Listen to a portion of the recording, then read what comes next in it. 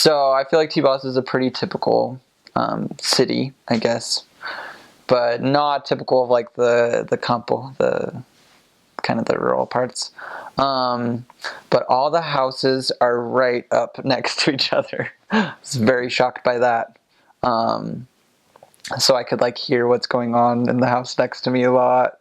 Also, there are not any dryers.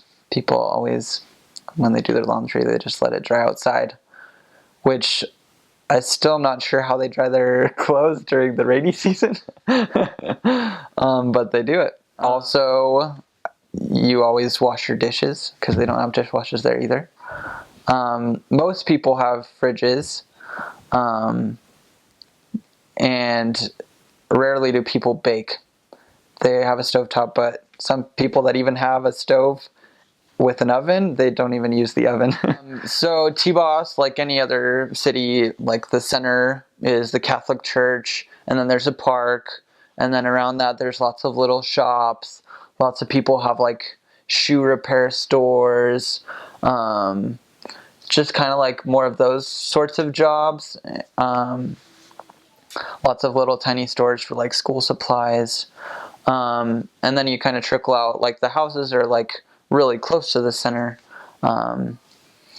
And people always get around using the bus. Honestly, there's not a ton of people that have cars. Usually people that do have cars have a lot more money. But bus fares are pretty cheap, about like 50 cents. So that's how a lot of people got to and from everywhere, like from San Jose to Tibas and Tibas to lots of other major cities. But yeah, I got used to giving up my seat because the buses were usually pretty crowded. And lots of like pregnant women, even ticos would give up their seat, like if they see a woman. So there's a lot of etiquette on the bus. There's like a little string that you pull whenever you're about to stop, so the bus driver knows where to let you off. But yeah, I just got really used to the bus atmosphere. There's a lot of people that try to sell you stuff on the bus. They'll get in front and kind of give you their pitch and then go seat by seat. Some people also ask for money that way, some beggars. But honestly, a lot of missionaries, we use that as a way to share the gospel. We'd get up on the bus and share a message and pass out pamphlets.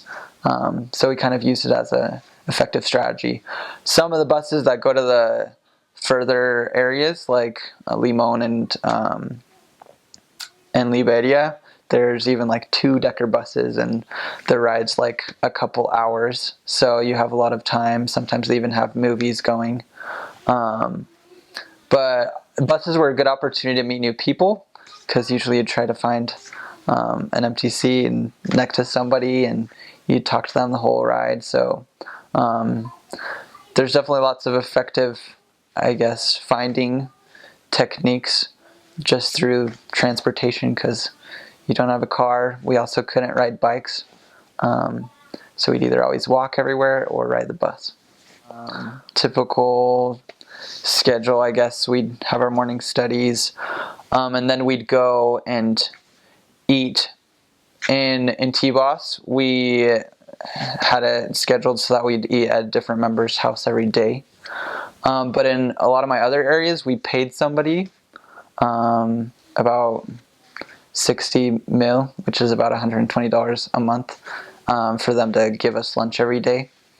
So we'd have lunch provided for us with that, but then for dinner we'd have to, either if investigators or members wanted to feed us, then we could go. But honestly, lunch there is the big meal. So right after studies, we'd have lunch, and then we'd start our day. So at the beginning of my mission with my mission president, we were transitioning from the old mission president, so we were still tracting a lot. So I remember knocking on lots of doors. But with my new mission president, we started emphasizing that we shouldn't ever be knocking on doors for like more than an hour. Like if an appointment fell through, we'd we could knock doors, but usually we always had appointments. I don't remember being in the street a ton. Usually the members would either give us lots of referrals, or we'd find lots of people on the street. Usually we'd find people just in the street. We didn't even have to knock the door, but a lot of people were out walking, so we'd find them that way. But as far as maybe safety, there were definitely areas, especially in Tibas, that were a little scarier. I mean, it's not common for missionaries to get robbed, but I did just once. There was a drunk man that punched me and told me to give him the money that I had, but nothing too serious. I was very calm through it all. So I honestly didn't feel threatened too much.